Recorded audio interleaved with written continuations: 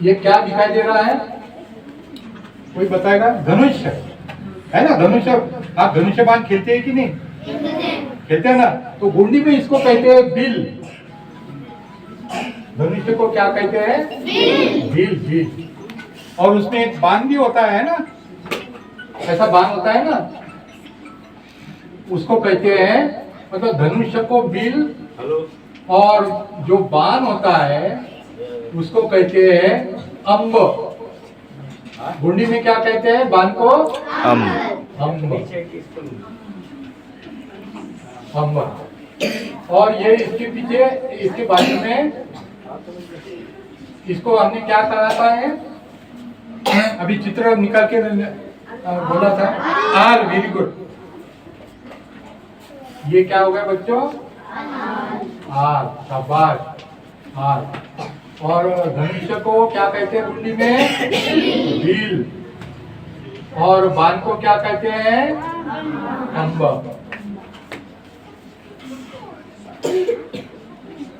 और हड़प्पन लिपि ख्याल में रखो बेटा बच्चों, दाएं से बाएं पढ़ी जाती है, दाएं से बाएं, है ना।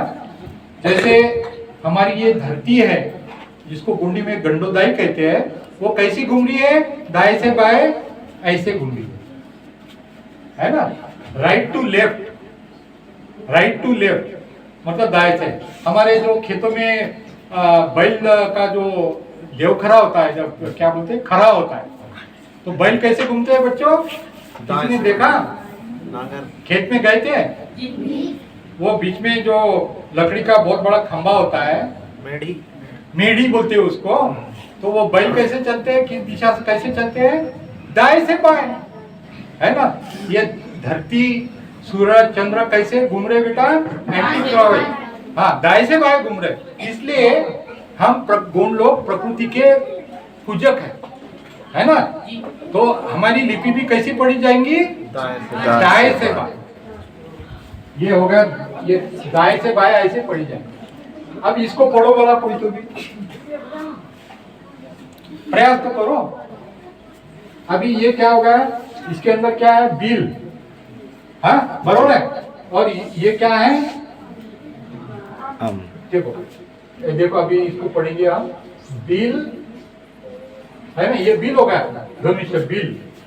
ये क्या बाण जो है ना, इसको क्या कहते हैं? अम्ब। अम्ब। अधिक ये, इसको तो आपने समझ लिया। इसको क्या कहते हैं? मानापति चिन्ह को आल। बिल, अम्ब, आल। क्या हो गया ये? विलंबाल। पूरा क्या होगा? विलंबाल हो गया, सीधा सीधा। बिल, अम्बाल।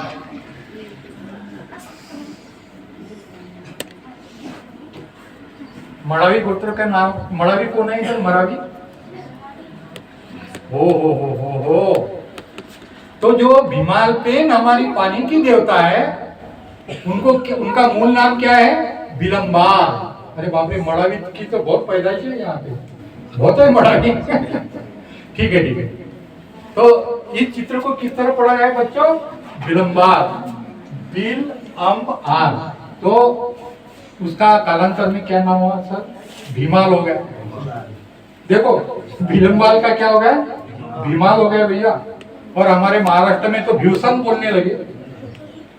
इन विलंबाल पेनता, इन विलंबाल पेनता, इन विलंबाल पेन मड़ावीना। बहुत अच्छा। तो देखिए, ये हमारी मूल हड़प्पन चित्रलिपि बोली भाषा में पढ़ी गई। और विलंबाल पेन हमारी क्या है? वर्षा की देवता है, पानी की देवता है, जो हमें पानी देती है। हमारे सियांजन है, पानी नहीं आता है तो भीमाल पेन को आराधना करते कि अरे भीमाल पेन ती माट वासी कुन नाकुन येर सी, हमें पानी दो। तो विलंबाल इस तरह। और जो सिगमोर है,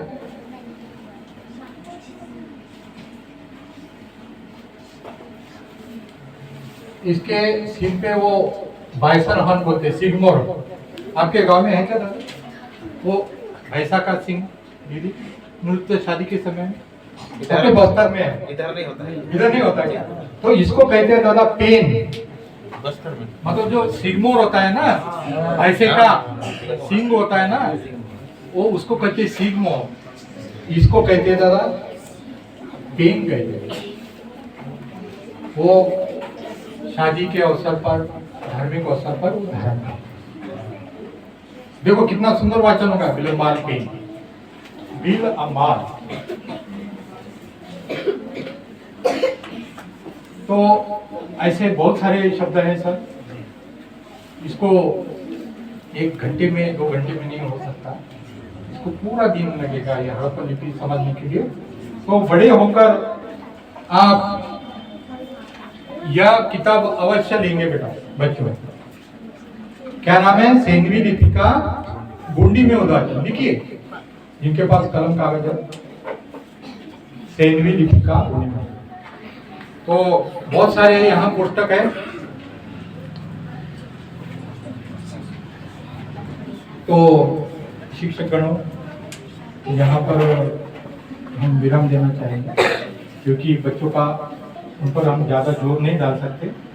जो प्राथमिक जानकारी थी, गोंडी भाषा की निर्मित कैसी हुई, अमूरकोट किस लिए गोंडवाना विख्यात है, उसकी गाथा हमने बताई, गोंडी भाषा के स्वर व्यंजन कैसे बने ये बताया, और हड़प्पन लिपि गोंडी भाषा के माध्यम से अर्थपूर्ण रूप में कैसे पढ़ी जाती है वो हमने आज 10 फरवरी 2026 को ग्राम टिकरत देवरी परसेल में आकर प्रस्तुति करी। और इसके लिए आप सगा जनों ने हमें न्योता दिया। बहुत खुशी हुई कि ये मेरी नई पौध है, कोया पुंगार है, हमारे कोया फूल है। तो इनकी जो मेमोरी है वो कोरिक एसिड के समान होती है, उनमें जो भी डालेगा वो ग्रहण कर लेते हैं। और जो बहुत ज़्यादा बुजुर्ग है, उम्र हो गई है, उनकी मेमोरी फुल हो जाती है तो और क्या हो जाएगा। इसलिए हमने प्राधान्य दिया कि मेरे जो बच्चे हैं, कोया पुंगार है, कोया फूल है, उनको जाकर मैं ये मुझे जो मोतीराम कंगाली लिंगो है हमारे अंतिम, उनसे ये ज्ञान थोड़ा सा से प्राप्त हुआ। तो मैं बहुत बहुत भाग्यशाली हूँ।